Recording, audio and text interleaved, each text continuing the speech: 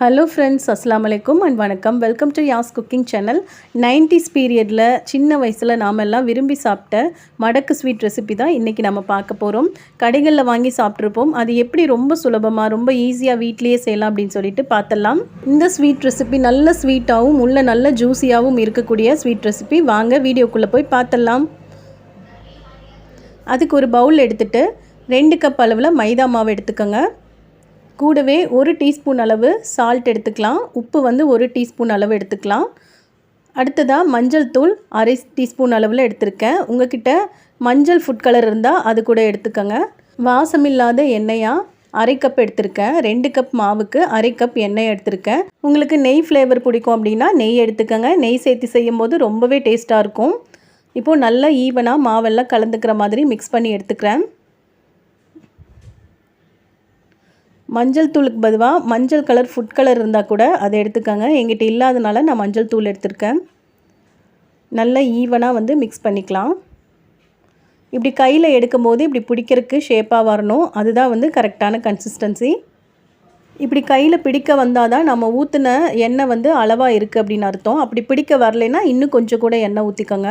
கொஞ்சம் கொஞ்சமாக தண்ணி தெளிச்சுட்டு நல்லா சாஃப்டாக பிசைஞ்சு எடுத்துக்கலாம். எவ்வளோக்கு எவ்வளோ நம்ம சாஃப்டாக மாவு பிசைகிறோமோ அவ்வளோக்கு எவ்வளோ ஸ்வீட்டு டேஸ்ட்டு நல்லாயிருக்கும். உள்ளே நம்ம சாப்பிட்றதுக்குமே ரொம்ப சாஃப்டாக இருக்கும். இல்லை அப்படின்னா ரொம்ப ஹார்ட் ஆயிரும். கொஞ்சம் கொஞ்சமாக தண்ணி தெளிச்சுக்கோங்க. எப்போவுமே மாவு பிசையும் போது ஒரே அடியாக தண்ணி தெளிக்கக்கூடாது. கொஞ்சம் கொஞ்சமாக தெளித்து நல்லா இந்த மாதிரி கையில் நல்லா தேய்ச்சி பிசைஞ்சோம் அப்படின்னா நல்லா சாஃப்ட் ஆயிரும். பாருங்கள், இப்போது நான் மாவு பிசைஞ்சு வச்சுட்டேன். கையில் எடுக்கும் போதே நல்லா சாஃப்டாக இருக்குது பாருங்கள். இந்த மாதிரி கன்சிஸ்டன்சிக்கு பிசைஞ்சு எடுத்துக்கலாம். இப்போது இது இருக்கட்டும். ஒரு மூடி போட்டு மூடி வச்சிடலாம். நம்ம இந்த ஸ்வீட்டுக்கு சுகர் சிரப் ரெடி பண்ணணும். அது வரைக்கும் இந்த மாவை நம்ம மூடி போட்டு டிஸ்டர்ப் பண்ணாமல் வச்சிடலாம். இருக்கட்டும். அடுத்ததாக ஒரு பாத்திரம் எடுத்துட்டு எவ்வளோ அளவு நம்ம மாவு எடுத்தோமோ, எந்த மெஷரிங் கப்பால் மாவு எடுத்தோமோ அதே மெஷரிங் கப்பால் 2 கப் அளவு சர்க்கரை எடுத்துக்கலாம். மாவு எடுத்த அதே கப்பால் தான் எடுக்கணும். அப்போ தான் கரெக்டான அளவாக இருக்கும். நீங்கள் ரேஷன் சர்க்கரை அப்படின்னா இதை விட ஒரு 1/2 கப் அளவில் கம்மி பண்ணிக்கோங்க. அதோடய ஸ்வீட் அதிகமாகவே இருக்கும். நம்ம நார்மல் சர்க்கரை அப்படிங்கும் போது 2 கப் ஃபுல்லாகவே எடுத்துக்கோங்க. 2 கப் சர்க்கரைக்கு 1 கப் தண்ணி ஊற்றிருக்கேன். நல்ல சர்க்கரையெல்லாம் கரையட்டும். ஒரு கம்பி பதம் வர்ற வரைக்கும் இதை நம்ம பாகு காய்ச்சி எடுத்துக்கலாம். சர்க்கரை நல்லா கொதிக்கணும். ஹை ஃப்ளேமில் வச்சுக்கோங்க. ஹை ஃப்ளேமில் வச்சு நம்ம சுகர் சிரப் செஞ்சோம் அப்படின்னா சீக்கிரமாக நமக்கு ரெடி ஆயிரும். பாருங்கள், நல்லா கொதிச்சிட்ருக்கு. இப்படி கலந்து விட்டுக்கலாம். இப்போது இந்த ஸ்டேஜில் நான் செக் பண்ணி பார்த்தேன். ஒரு கம்பி பதம் வரவே இல்லை. கையில் நல்லா ஒட்டி தான் வந்துச்சு. ஒரு கம்பி பதம் வரவே இல்லை. கொஞ்சம் கூட கொதிக்கட்டும்.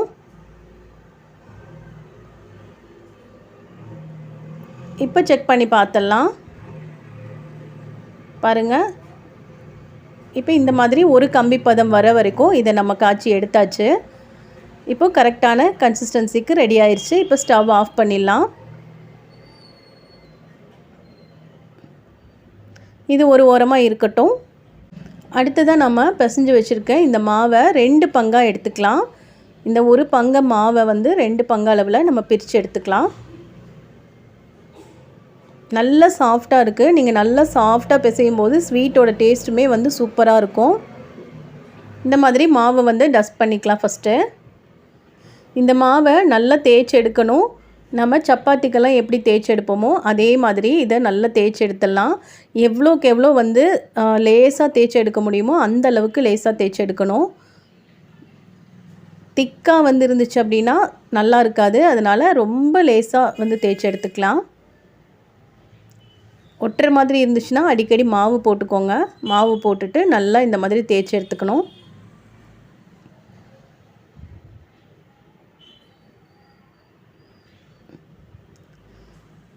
ஒட்டுற மாதிரி இருக்கும். அதனால் நல்லா இந்த மாதிரி அடிக்கடி மாவு போட்டுட்டு நல்லா லேசாக தேய்ச்சி எடுக்கணும். தேய்ச்சி எடுத்து இந்த மாவை சுருட்டிக்கலாம். ஒரு கார்னர்லேருந்து அப்படியே சுருட்டிகிட்டே வாங்க. கொஞ்சம் நல்லா டைட்டாக சுருட்டிட்டு வாங்க. இந்த மாதிரி லைட்டாக இடையில ப்ரெஸ் பண்ணிவிட்டு டைட்டாக சுற்றிட்டு இப்போ இந்த இடத்துல நம்ம மைதா மாவு பேஸ்ட்டு ரெடி பண்ணி வச்சுருக்கோம். அதை வந்து சேர்த்தி இதை கவர் பண்ணிக்கலாம். மைதா மாவு பேஸ்ட் இல்லைனாலும் பரவாயில்ல, தண்ணி கூட வச்சு நீங்கள் கவர் பண்ணிக்கோங்க. இந்த கார்னரை இப்படி கவர் பண்ணாமல் மட்டும்தான் ஒட்டாமல் வரும். இப்போ லைட்டாக இந்த மாதிரி ப்ரெஸ் பண்ணிக்கோங்க. இந்த ஓரங்களில் கூட கொஞ்சம் மாவு வச்சு இந்த மாதிரி நல்லா வந்து ப்ரெஸ் பண்ணிக்கோங்க. நல்லா ஒட்டிக்கும். கொஞ்சம் அழுத்தம் கொடுத்து இது பண்ணிக்கோங்க. மேலே கொஞ்சம் மாவு தேய்ச்சிக்கலாம். தேய்ச்சிட்டு இப்போ இதை வந்து கட் பண்ணி எடுத்துக்கலாம். 2 இன்ச் அளவு விட்டுட்டு கட் பண்ணி எடுங்க. பாருங்கள், இந்த அளவுக்கு 2 இன்ச் விட்டுட்டு கட் பண்ணி எடுத்துக்கோங்க. கொஞ்சம் ஒட்டுற மாதிரி இருந்துச்சு அப்படின்னா இடைக்கு இந்த மாதிரி மாவு போட்டுக்கோங்க. ஒரு மாவுலேயே வந்து நமக்கு நிறைய கிடைக்கும். 2 கார்னரையுமே வந்து கட் பண்ணி எடுத்துக்கலாம். ஷேப் இல்லாமல் இருக்கும். பாருங்கள், எவ்வளோ வந்து லேயராக சூப்பராக ரெடியாக இருக்குது. இந்த மாவு நல்ல லேயர் ஃபார்ம் ஆகி ரெடியாக இருக்குது பாருங்கள். இந்த மாதிரி லேயர் வரணும். எல்லா மாவுகளையும் இதே மாதிரி பண்ணி எடுத்து வச்சுக்கலாம். இப்போ நான் எல்லா மாவுகளையும் இதே மாதிரி பண்ணி ரெடி பண்ணி வச்சுருக்கேன். பாருங்கள், இந்த மாதிரி நல்ல லேயர் ஃபார்ம் ஆனால் மட்டும்தான் ஸ்வீட் வந்து நல்லாயிருக்கும். இப்போது மாவு இது பண்ணிவிட்டு கைகளால் இந்த மாதிரி ப்ரெஷ் பண்ணி கூட கொடுக்கலாம். அப்படி இல்லை அப்படின்னா நீங்கள் சப்பாத்தி கட்டையை வச்சு தேய்ச்சி எடுத்துக்கலாம். 2 ஆப்ஷனல், நம்மளோட ஆப்ஷனல் தான் அது. நான் இன்றைக்கி சப்பாத்தி கட்டையை வச்சு இந்த மாதிரி தேய்ச்சி எடுக்கிறேன்.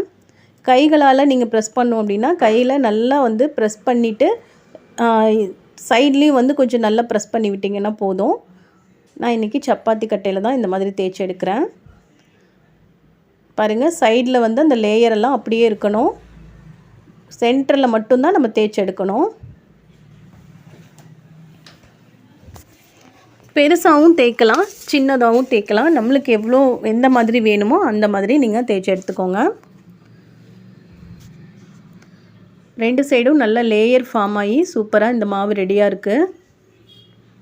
எல்லா மாவுகளையும் இதே மாதிரி தேய்ச்சி எடுத்துக்கலாம்.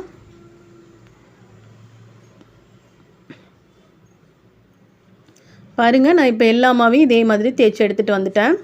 இதை எண்ணெயில் போட்டு பொரிக்கணும். அதுக்கு ஒரு பேன் அடுப்பில் வச்சுட்டு எண்ணெய் ஊற்றிக்கலாம். எண்ணெய் வந்து நல்லா சூடாகட்டும். வாசனை இல்லாத எண்ணெய் தான் எடுத்திருக்கேன். சன்ஃப்ளவர் ஆயில் அந்த மாதிரி எடுத்துக்கோங்க. வாசம் இல்லாத எந்த எண்ணெயாக இருந்தாலும் சரி எடுத்துக்கோங்க. இப்போது எண்ணெய் வந்து நல்லா சூடானதுக்கப்புறம் ஒன்று ஒன்றா போட்டு பொரிச்சு எடுத்துடலாம். எண்ணெய் நல்லா சூடாயிருச்சு பாருங்கள். நம்ம ஒரே பேட்சுக்கு நிறைய போட்டு பொரிக்கலாம். நமக்கு எவ்வளோ அளவு இருக்கோ அந்த அளவு போட்டு பொரிச்சு எடுத்துக்கோங்க. இப்படி வந்து நல்லா வெந்து பொரிஞ்சு மேலே வரணும். அதுக்கப்புறமா நம்ம இப்படி திருப்பி விட்டுக்கலாம். சோடா, உப்பு எதுவுமே நம்ம போட்டு செய்கிறதில்ல இந்த ஸ்வீட்டு. ஆனாலும் நல்லா சாஃப்டாக நல்ல டேஸ்டியாக இருக்கும். கல்யாண சீர்வரிசைகள் எல்லாம் கூட இந்த ஸ்வீட் வந்து வச்சுருப்பாங்க, நம்ம பார்த்துருப்போம். சின்ன வயசில் நிறைய சாப்பிட்ருப்போம். இந்த காலத்து குழந்தைங்களுக்கு இந்த மாதிரி ஸ்வீட்டெல்லாம் நம்ம செஞ்சு கொடுக்கறதே இல்லை. வீட்டில் ரொம்ப ஈஸியாக செய்யலாம். 2 சைடும் திருப்பி போட்டுட்டு கொஞ்சம் கோல்டன் ப்ரௌன் கலர் ஆகிற வரைக்கும் வெயிட் பண்ணிக்கலாம். நல்ல பூரி மாதிரி நல்லா உப்பி வருது பாருங்கள். நம்ம எவ்வளோக்கு எவ்வளோ மாவை வந்து நல்லா சாஃப்டாக பிசைகிறோமோ அந்தளவுக்கு ஸ்வீட் வந்து பர்ஃபெக்டாக வரும். பாருங்கள், லேயர் ஃபார்ம் ஆகி சூப்பராக ரெடியாக இருக்குது. இப்போ இதை எடுத்துடலாம்.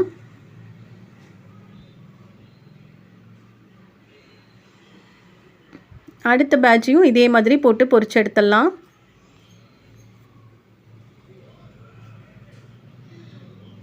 நம்ம ஒரு டைமுக்கு எவ்வளோ மாவு பிடிக்குதோ அந்த அளவுக்கு போட்டு பொரிச்சு எடுத்துக்கோங்க. இந்த மாதிரி பபிள்ஸ் எல்லாம் அடங்கினதுக்கப்புறம் அதுவே மேலே வரும். இப்போ நம்ம திருப்பி போட்டுக்கலாம்.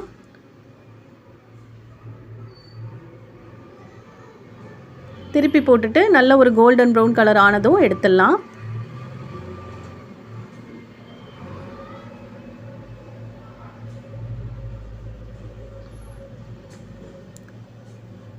இப்போது கோல்டன் ப்ரௌன் கலர் ஆயிடுச்சு. இதை எடுத்துடலாம்.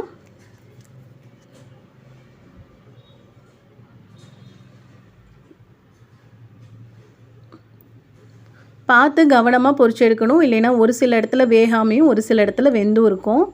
இப்போது நம்ம ரெடி பண்ணி வச்சுருக்கிற இந்த சுகர் சிரப்பில் நாம் ரெடி பண்ண இந்த ஸ்வீட்டை போட்டு நல்லா டிப் பண்ணி எடுத்துடலாம். ஊறணும் அப்படின்னு அவசியம் இல்லை. குலாப் ஜாமுன் மாதிரி ஊறணும் அப்படின்னு இல்லை.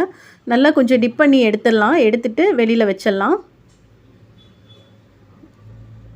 மேலெல்லாம் நல்லா 2 பக்கமும் ஈவனாக படுற மாதிரி இந்த சுகர் சிரப் வந்து நல்லா முக்கி எடுத்துகிட்டு வெளியில் வச்சிட்டோம் அப்படின்னாலே போதும். இந்த ஸ்வீட் வந்து நல்லாயிருக்கும். நம்ம ரெடி பண்ணி வச்சுருக்கிற எல்லா ஸ்வீட்டையும் இதே மாதிரி சுகர் சிரப்பால் முக்கிட்டு எடுத்துடலாம். பாருங்கள் நல்லா ஈவனாக வந்து இதாக இருக்குது. நல்லா சைட்லெலாம் பாருங்கள் எப்படி லேயர் ஃபார்ம் ஆகிருக்குன்னு. சாப்பிட்றதுக்குமே வந்து ரொம்ப டேஸ்ட்டாக இருக்கும் இது.